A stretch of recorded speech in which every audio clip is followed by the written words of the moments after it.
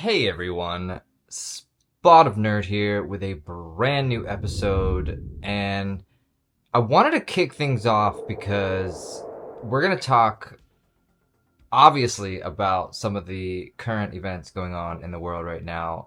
That is, if you haven't figured it out yet, if you are not awake yet, I would hope that Google has made the greatest fumble to basically get you to open up your eyes to see what really is going on. But I couldn't shake the fact that it reminded me of something.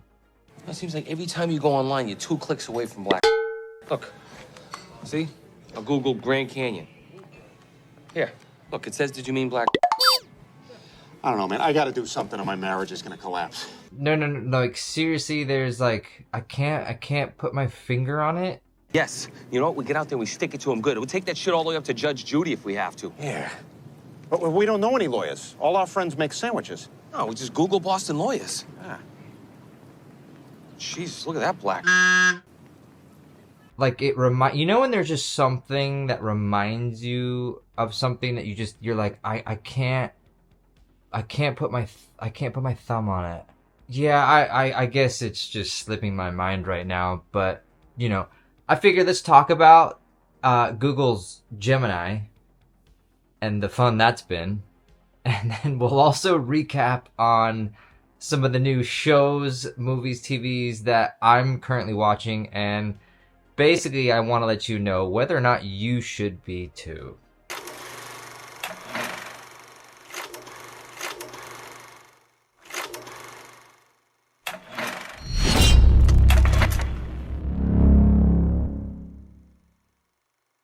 So first up, like I said, I want to talk about the most recent, hugest, greatest fumble that I think the almighty great tech companies that basically run the world right now have made the ultimate mistake. And that was Google's Gemini these past couple weeks, releasing their own artificial intelligence, their own AI. And if you're not familiar with the story, I encourage you to look into it. Because number one, it is laughable in relation to if you actually think for one moment that this was not going to be biased against one or the other. I don't really know what to do with that in relation to I want to stay as far away from you as possible. Because if you haven't figured it out yet, AI is designed to essentially, if you've ever seen any scientific film, fiction, AI is designed to be its own centric being, I guess. It's not soul worthy, like, you know, it doesn't have a soul, but it basically is its own thing. I'm trying to dumb this down to where I can explain this. The bottom line is, human beings write the algorithms. They write the data to create AI. So when you're creating something, there has to be an incentive. There has to be a narrative. There has to be an agenda, especially in today's world, because Google has literally now made the greatest mistake of their life. And it is plastered all over. The guy who created it, look him up. Look up some of the information. Look up the quotes that he said in the past. This man is interesting, shall we say. I gotta be careful. You know, I've always gotta be careful on this channel because I do have a job. I need my medical insurance, so on and so forth. But I've also told you that I'm gonna be a little bit more forward when we do talk about subjects like this. It is the epitome of what people like myself and millions of others out there, conspiracy theorists, right-wing extremists, whatever you want to call us, because we are not that. It is defining exactly what we are basically trying to protect you from.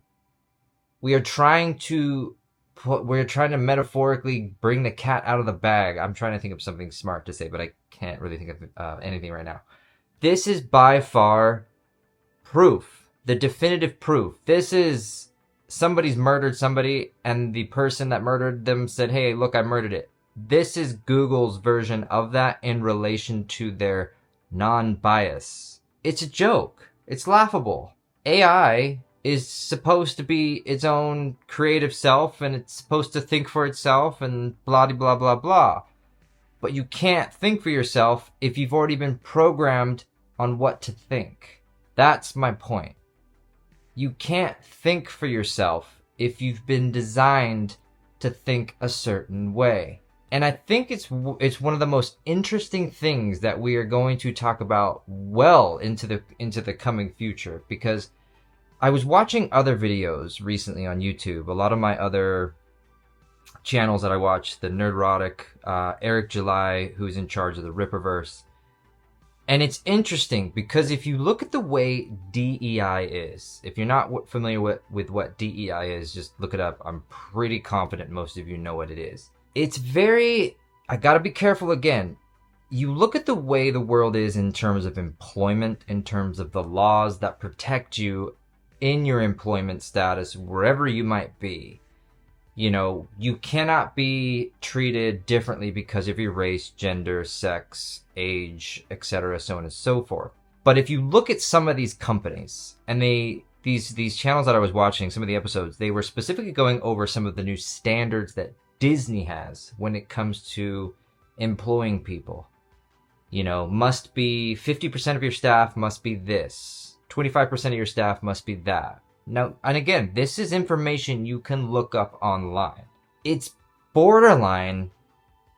It's kind of almost a secret way of getting around those rules, getting around those laws, because by law you cannot discriminate against that. Sex, age, policy, religion, etc., so on and so forth. But if the DEI is requiring you to hire a certain individual, isn't that discrimination? Genuinely asking. I would love to know your thoughts. Tell me in the comments. Isn't it discrimination to literally have a box that you need to check because somebody needs to be X, Y, or Z? I mean, honestly, think about this for a moment. I'm not trying to stir the pot or whatever you want to call it. I'm simply just trying to get you to turn those gears. If there are laws protecting you from being discriminated because of XYZ, but yet DEI needs you to be XYZ, where do we have the balance between what is the law and what is unlawful? It's something that we really need to be paying attention to, and we really need to look out for, because I will simply say that I have seen it myself. I have seen it through my life. I have seen it through day-to-day life. I've obviously told many of you, being disabled, medically disabled, I thankfully am able to, you know, have the health that I have. But for example, I do possess a disability pass that allows me to park in a disabled spot.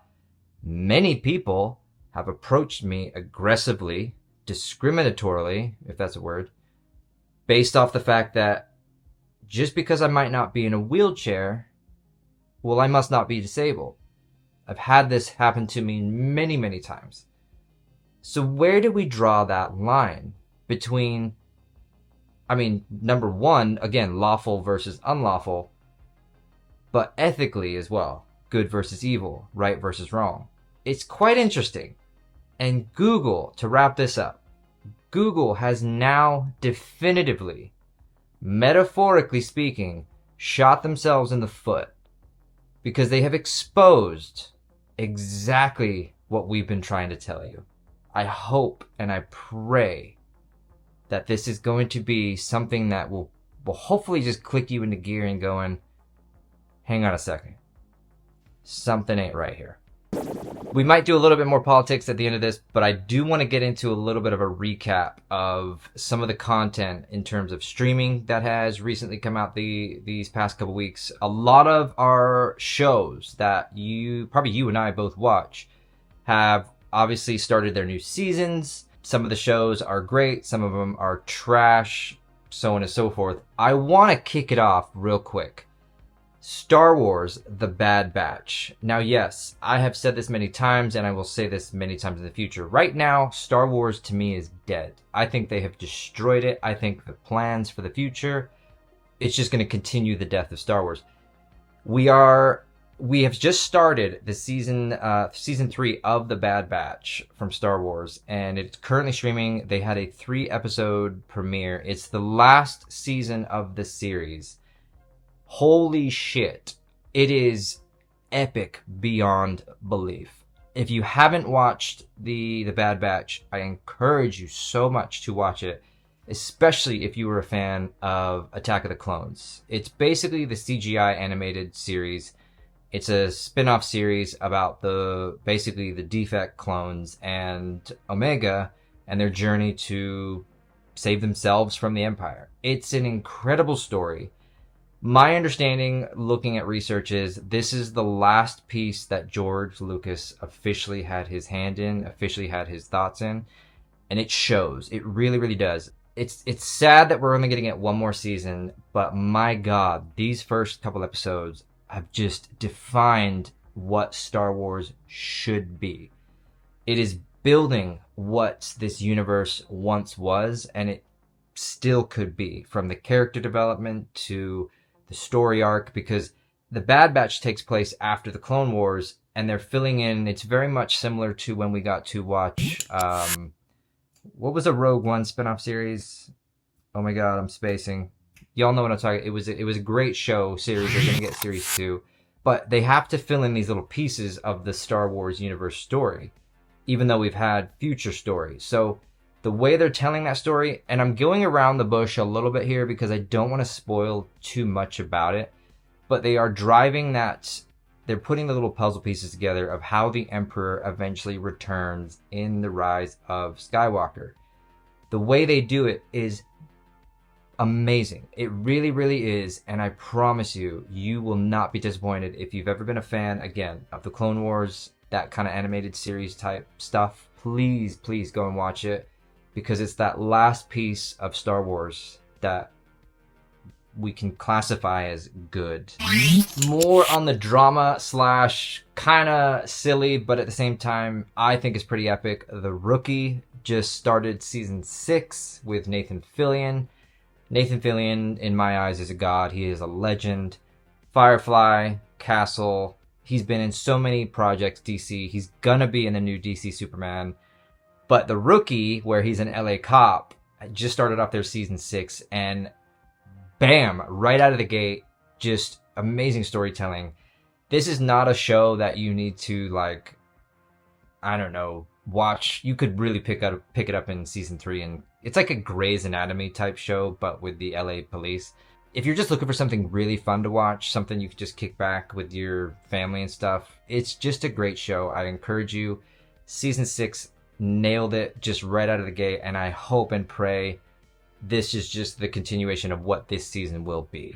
Similar to, well, actually, no, not similar. What am I thinking? The opposite of The Bad Batch and The Rookie. Halo season 2 just kicked off on Paramount Plus, and holy shit, I didn't think you could do worse. Now, you can go back on this channel. I don't know if I did a direct episode, but I definitely know we've talked about it multiple times. The live-action Halo series, when we first got the announcement, I damn near pooped my pants with excitement. It was like, holy shit, we get to see a live-action Master Chief. And then it came out, and it was the epitome of dog shit. It was the epitome of just crap and atrociousness, again, if that's a word. So we got season 2, and let me tell you, 3 episodes in, about 10-15 minutes into that first episode of season 2, I was definitely picking up that phone and I started scrolling, because holy shit, is this show terrible. How the fuck did it get greenlit for a second season is beyond me. If it gets greenlit for a 3rd season, sweet mother of God, how, why, and or if. I promise you, people, if you are a fan of the Halo series, the Halo universe, do not watch this show, because it will destroy any love that you have for it. I'm like, this is going to sound really wrong, but you'll kind of see the sentiment. Brian, my old friend I mentioned in the last episode who passed away, that's what we did back when we were teenagers. We played Halo all night. Multiplayer, you know, over online, Xbox Live, etc. Seeing the show was like, holy crap, we're gonna get to see this live action show, and I'm so glad he does not have to witness this pile of shit. It is so fucking bad. Do not waste your time. It is terrible. Switching it back though a little bit to the lighter note, Masters of the Air just had its 6th episode, I think, 6th or 7th episode. Seriously, people, Apple TV, again, I dipped my invisible hat, which is backwards, but Masters of the Air continues to be amazing in every piece of historical content. Austin Butler, all these other people that I cannot name that are in the show. It's just a miracle that honestly we get to see such beautiful writing, beautiful storytelling, beautiful facts. And it's even encouraged me to really start watching a lot more documentaries related to this time period, related to the time and the events that were going on during this period. It's made me watch Oppenheimer again, which is currently streaming on Peacock if you have it. I love history in regards to it was a different generation. It was a different time where people had pride and respect. And yes, I know I'm not blind to the fact the world was not perfect, but my God, compared to today, that time period was just something I wish I got to experience. I really, really do. So Apple TV, Masters of the Air, go and watch it right now if you haven't. There's only I think there's 9 episodes in the series, so I guess maybe if you want to wait another 3 weeks and then just burn through the first season. It's fucking epic in every way possible. Yes, I am not afraid to admit that I watch Love is Blind, and season 6 it's basically almost come and gone. I think we're almost about to wrap it up. We're going to talk more about Love is Blind later, but a couple things I want to just quickly go over with. This is not designed to be, I love when you kind of look online sometimes, you read the forums, you read what other people are talking about, and I've said this multiple times, with the way the world is, with the way relationships are, the way that love is, and meeting people, and blah, blah, blah, blah, blah. When I watch these type of shows, Love is Blind, and I see some of these people and these couples, and I just think to myself, I always imagine myself getting married, having kids, the whole 9 yards. And I've said many times on this channel, I'm kind of ixnaying that. I am #relation tired, aka retired from relationships. But it is one of those things where I look at the way the world is, the way people are, and I don't know where we went wrong. I really don't. And I know this is going to sound negative, and I promise you I mean this from a more realistic standpoint, because you look at these couples that are trying to potentially get married after never seeing each other and only speaking to each other. If you can do that, more power to you. I really, really mean that. But you're also a human fucking being, and things are gonna happen. I look at some of these ridiculous reality shows like Love is Blind, and anybody that takes this seriously, you really should reevaluate things in your own relationships and your own things like that, because it's designed to create drama. It's designed to create just turmoil in the sense of love and relationships. And it's the opposite of what it should be. Like I've said many times, if you have somebody, if you're married, if you have a partner, whatever it might be, hold on to them for dear life. Because I can promise you, you are going to have better odds at the lottery. And I know I'm a broken record with this, but you are going to have better odds at the lottery than finding somebody again, because of the way the world is. We are so divided. We are so anti-connection for some reason. And obviously we could go into that a lot more later. But I pray, I really, really do, in an optimistic sense, that somehow, some way, we can find a way back to just talking to each other again, to getting ourselves out of ruts, to getting ourselves out of holes. I've been in relationships where I have fought tooth and nail to try and keep things happy and going, etc. And I will fully admit my own faults to relationships and what I've done. I've not done anything bad. It's just more, it's me, negative Nancy. But when you devote everything, your love and passion and everything towards somebody else, in my personal view, it should be reciprocated. It should be a balance, 50-50. And I know that can go down so many different roads, so many different paths. But when I watch these shows, and the reason I watch these shows is because I do have that little glimmer of hope that mankind, that society, maybe there is somebody out there that really can just look past everything else. They can look past, like myself. You can look past the fact that I am a Trump supporter. You can look past the fact that, sure, maybe I have some medical history that isn't the best. But that doesn't mean I'm a bad person because of those things. It just means that's who I am. And I just hope that you can accept it. Because if you can't accept it, then really, you should take a look in the mirror. Because what's the point then? If you're just going to judge, deny, compete, etc., blah, blah, blah, blah, blah, then don't complain when it doesn't come your way. If you get my meaning. Hopefully. Because even sometimes I don't get that. But hopefully you get my meaning on that. And that is going to be it, folks. We are going to wrap this episode up. Couple things coming for the future real quick. Tonight, if you're watching this, I think this is like Saturday or Sunday or whenever you watch this, we have The Walking Dead, The Ones Who Lived coming out, which I am praying to God it's going to be fantastic. We finally get the return of Rick Grimes, and we finally get to see the story of Michonne and Rick getting back together.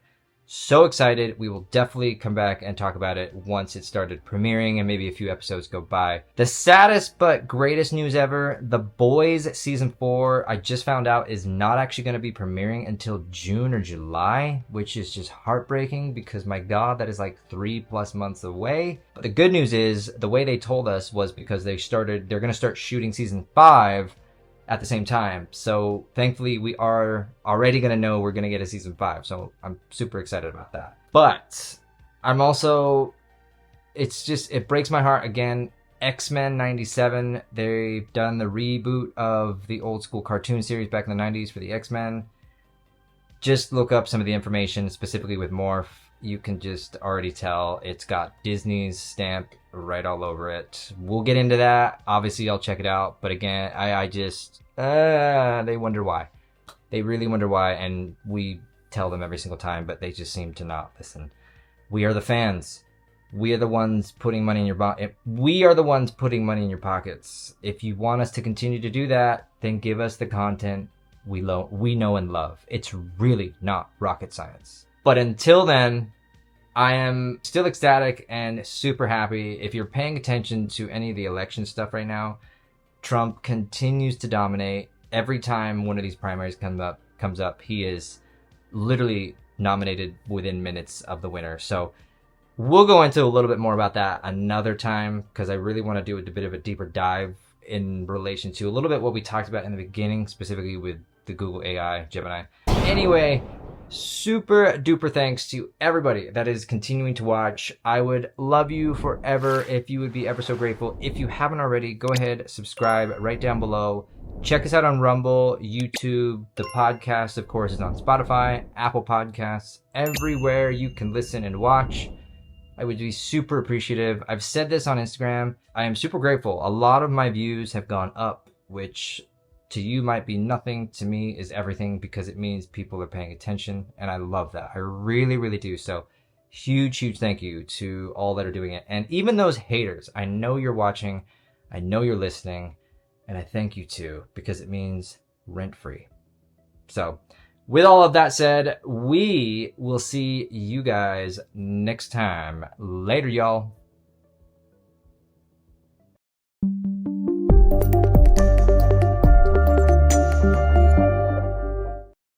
No, seriously, like, where have I seen this? Like, I swear to you, I've seen this somewhere.